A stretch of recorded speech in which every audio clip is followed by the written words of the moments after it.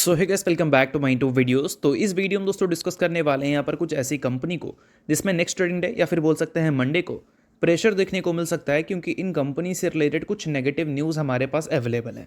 But ये सारी चीज़ें जो मैं बता रहा हूँ आपको, ये सिर्फ और सिर्फ एजुकेशन पर्पज़ के लिए, इस चीज़ को भी ध्यान में रखना। तो चलिए वीडियो की शुरुआत करते हैं। बात करते हैं पहली कंपनी के बारे में, जिसका नाम है दोस्तों टाटा मोटर्स लिमिटेड। अब टाटा मोटर्स से रिलेटेड 10 न्यूज़ अगर हमें सुनने को मिल रही है, तो उसमें से अभी के टाइम पे देखोगे तो 9 न्यूज़ आपको नेगेटिव ही देखने को मिलता है। बट उसमें एक और नेगेटिव न्यूज़ आप अटैच कर सकते हैं, और वो नेगेटिव न्यूज़ यहाँ पर ये है कि बीएससी की रीशफलिंग हमें देखने को मिलने वाली है, और उस रीशफलिंग में इंडिगो की एंट्री हमें देखने को मिलेगी सेंसेक्स में। और किसको रिप्लेस करेगी? तो टाटा मोटर्स पैसेंजर व्हीकल्स को।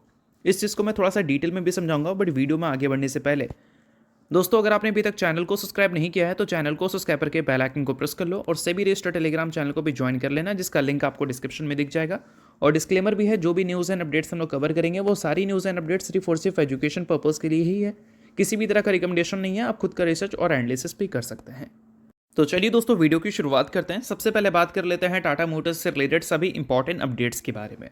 सो देखो दोस्तों, अगर हम टाटा मोटर्स की बात करें तो हाल ही में इस कंपनी का परफॉर्मेंस हमें वीक ही देखने को मिला है। इसके पीछे का सबसे बड़ा रीज़न बोल सकते हैं डीमर्जर है। क्यों भाई? क्योंकि टाटा मोटर्स की अगर हम बिजनेस की बात करें, अभी के टाइम पे 2 सेपरेट एंटिटी वो बन चुकी है, बट पहले तो एक ही थी।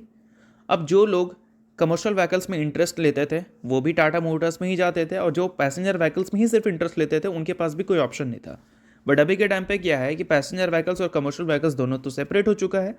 जो लोग पैसेंजर व्हीकल्स में इंटरेस्टेड नहीं है, कमर्शियल व्हीकल्स में है, तो वो सारे लोग थोड़े से शिफ्ट होते हुए नजर आए हैं रिसेंट टाइम्स में। वो चीज़ें हमें देखने को मिली है, और साथ में जेएलआर का भी इम्पैक्ट टाटा मोटर्स को अच्छा खासा फेस करना पड़ा है। और आफ्टर डीमर्जर इस कंपनी का जो मार्केट कैप है वो भी हमें रिड्यूस होता हुआ दिखा है। तो इन सारी चीज़ों के बाद बीएससी में जो इनका वेटेज था उसको कंप्लीट हटाया जा रहा है, और रीशफलिंग की वजह से इंडिगो की एंट्री हमें देखने को मिलेगी सेंसेक्स में, और टाटा मोटर्स की हमें एग्जिट देखने को मिलेगी। और इसके वजह से अगर कोई सबसे ज़्यादा डैमेज फेस करेगा तो टाटा मोटर्स पैसेंजर व्हीकल्स ही फेस करेगा, क्योंकि म्यूचुअल फंड जो एक काफ़ी बड़ा नाम होता है, अगर हम बात करें इंडियन स्टॉक मार्केट के बारे में, वो टाटा मोटर्स से अपने फंड को निकालते हुए नजर आ सकते हैं।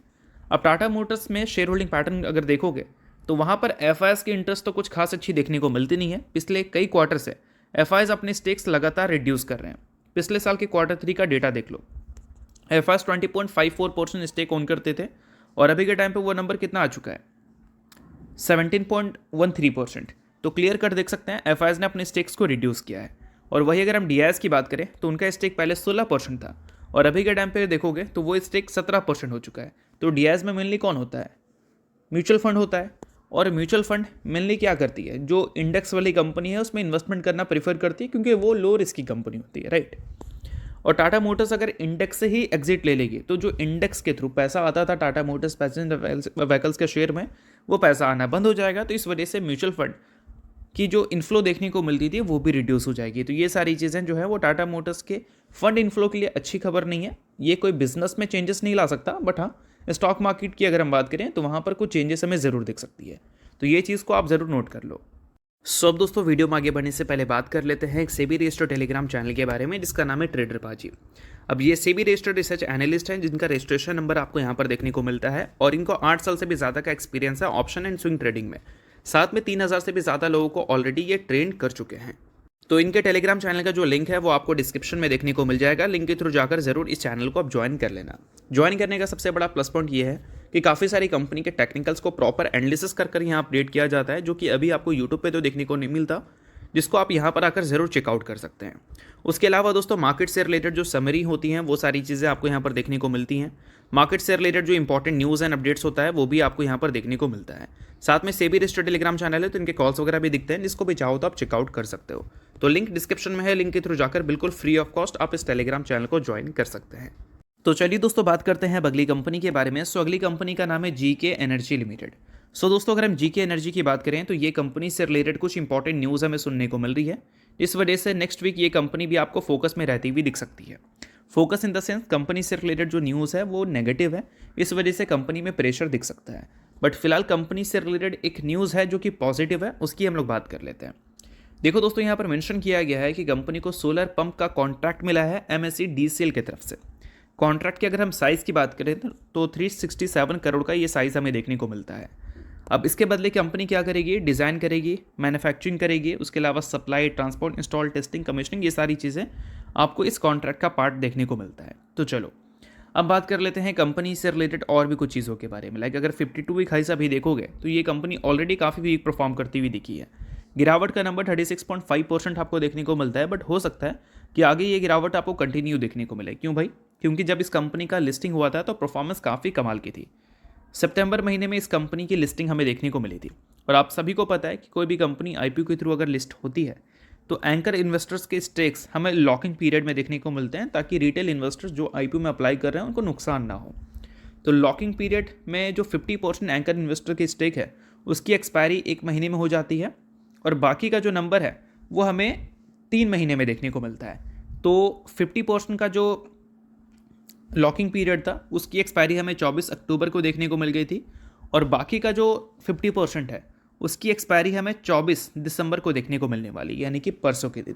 तो इस वजह से ये कंपनी आपको फोकस में दिख सकती है, क्योंकि आईपीओ में अगर कंपनी का परफॉर्मेंस अच्छा है तो 50% स्टेक और अगर मान लो एलिजिबल हो चुके हैं मार्केट में ट्रेड के लिए, तो ऑब्वियस सी बात है कि प्रॉफिट बुकिंग की पॉसिबिलिटीज़ क्रिएट होगी। तो इन सारी चीज़ों को आप नोट कर सकते हैं अगर आप जीके एनर्जी के इन्वेस्टर हैं तो। सो नेक्स्ट बात करते हैं दोस्तों Anand Rathi Share and Stock Broker Limited के बारे में। ये भी कंपनी आपको फोकस में देखने को मिलने वाली है नेक्स्ट वीक। क्यों भाई? क्योंकि इस कंपनी की भी आईपीओ हमें देखने को मिली थी सितंबर के महीने में, और इसकी भी परफॉर्मेंस हमें काफ़ी सही देखने को मिली है अगर हम रिसेंट टाइम्स में देखें तो। अब देखो, इस कंपनी के जो एंकर इन्वेस्टर के लॉकिंग पीरियड है 50% वाला, वो हमें ख़त्म होता हुआ दिख चुका है, बट 90 डेज़ वाला अगर हम बात करें तो वो हमें 25 दिसंबर को ख़त्म होता हुआ दिखेगा। और इस कंपनी का रिसेंट परफॉर्मेंस तो आपको वीक दिखेगा, बट अगर कंपनी के लिस्टिंग से लेकर अब तक का परफॉर्मेंस देखोगे तो अच्छा ही दिखेगा, और लिस्टिंग गेन को भी अगर ऐड कर दोगे तो नंबर और भी ऊपर चला जाता है। तो एंकर इन्वेस्टर का जो 50% रिमेनिंग स्टेक का लॉकिंग पीरियड एक्सपायर होगा 25 दिसंबर को, तो ये कंपनी भी आपको फोकस में रहती हुई देखने को मिलेगी, क्योंकि इस कंपनी में भी एक प्रॉफिट बुकिंग की अपॉर्चुनिटी एंकर इन्वेस्टर को मिल जाएगा, और ये सारी चीज़ों की वजह से आप इस कंपनी को भी नोट कर सकते हैं। इसके अलावा बात करते हैं दोस्तों अगली कंपनी के बारे में, जिसका नाम है टाटा एलेक्सी। बट टाटा एलेक्सी को डिस्कस करने से पहले अगर आपने अभी तक सेबी रजिस्टर्ड टेलीग्राम चैनल को ज्वाइन नहीं किया है तो उसको जाकर आप ज्वाइन कर लो। लिंक आपको डिस्क्रिप्शन में देखने को मिल जाएगा। काफ़ी सारी कंपनी के टेक्निकल से रिलेटेड प्रॉपर एनालिसिस आपको यहाँ पर देखने को मिलती है, जिसको आप फ्री ऑफ कॉस्ट चेकआउट कर सकते हैं। लिंक डिस्क्रिप्शन में है, लिंक है तो जाकर फ्री ऑफ कॉस्ट आप चैनल को ज्वाइन भी कर सकते हैं। अब दोस्तों बात करते हैं टाटा एलेक्सी के बारे में, जिसका लास्ट वीक का जो परफॉर्मेंस है वो काफ़ी ज़्यादा हमें अच्छा देखने को मिला था, बट वो परफॉर्मेंस रिपीट भी हो सकती है और हो सकता है कि प्रॉफिट बुकिंग में भी कन्वर्ट हो जाए। क्यों? वो भी मैं आपको समझा देता हूँ। सबसे पहले अगर हम बात करें डॉलर और रुपीज़ के बारे में, तो अभी के टाइम पे अगर देखोगे तो रुपीज़ थोड़ा सा स्ट्रांग हुआ है डॉलर के अगेंस्ट, जो कि एक टाइम पे 91 रुपीज़ का वैल्यू, सॉरी एक डॉलर का वैल्यू 91 रुपीज़ हो गया था, बट अभी के टाइम पे लगभग 1.5 रुपये रुपीज़ थोड़ा स्ट्रांग होता हुआ दिखा है। तो ये सारी चीज़ें जो हमारी टेक कंपनी है उसको परेशान कर सकती है, बट पॉसिबिलिटी है कि नेक्स्ट ट्रेडिंग डे हमारी इंडियन आईटी कंपनीज खुश रह सकती है, क्योंकि last trading day US market में हमारी आईटी कंपनी ने काफ़ी सही किया था। तो एक पॉसिबिलिटी है कि अच्छा कर सकती है, बट हमारी जो टेक कंपनी है उनका मैक्सिमम जो रेवेन्यू है वो यूएस से आता है, और यूएस से आता है तो डॉलर के फॉर्म में आता है, और वो चाहते हैं डॉलर स्ट्रांग रहे। जब भी डॉलर स्ट्रांग होता है तो आईटी कंपनी खुश होती है, बट पिछले कुछ टाइम में डॉलर स्ट्रांग की जगह वीक हुआ है थोड़ा सा। सुनने में ये आ रहा है कि इंडिया के जो रिजर्व हैं उसको रिड्यूस किया गया है रुपीज़ को स्ट्रांग करने के लिए या फिर रिकवर करने के लिए आप बोल सकते हो। तो लास्ट ट्रेडिंग डे जो बड़ी तेज़ी आपको देखने को मिली थी 8-9% का टाटा एलेक्सी में, वो बड़ी तेज़ी हो सकता है कि एक प्रॉफिट बुकिंग में कन्वर्ट हो जाए। ये कुछ पॉसिबल रीज़न है, गारंटी नहीं है कि ऐसी हमें चीज़ें देखने को मिल ही जाएगी, बट अगर ऐसी चीज़ें देखने को मिल गया लाइक डॉलर रुपीज़ को अगर हाईलाइट किया जाता है मार्केट में, तो फिर ये सारी चीज़ें पॉसिबल क्रिएट हो सकती हैं। तो इन सारी चीज़ों को फोकस में आप ज़रूर रख सकते हैं। इसके अलावा अगर हम बात करें अगली कंपनी के बारे में, तो उसका नाम है दोस्तों ओला इलेक्ट्रिक मोबिलिटी लिमिटेड। अब ये कंपनी का परफॉर्मेंस एक लंबे टाइम फ्रेम से काफ़ी ख़राब रहा है। क्यों भाई? क्योंकि कंपनी का बिजनेस ही अच्छा नहीं चल रहा है। साथ में अगर हम बात करें कंपनी की रीसेंट परफॉर्मेंस के बारे में, तो लास्ट ट्रेडिंग डे मार्केट ने काफ़ी सही किया था, और इसमें ओला इलेक्ट्रिक ने 10% की अपर सर्किट मारी थी।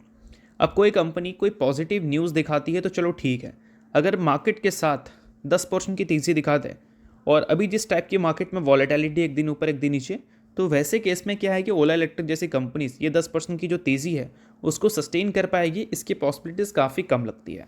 तो इस वजह से ये भी कंपनी उस लिस्ट में रहेगी जिस लिस्ट में बाकी कंपनीज आपको देखने को मिल रही है कि इन कंपनीज में भी आपको नेक्स्ट वीक प्रेशर जैसी चीज़ें देखने को मिल सकता है। तो इन सारी जो कंपनीज के बारे में हमने डिस्कस किया, ये सारी चीज़ें सिर्फ और सिर्फ एजुकेशन पर्पज़ के लिए, किसी भी तरह का रिकमेंडेशन नहीं है। आप खुद का रिसर्च और एनालिसिस भी कर सकते हैं।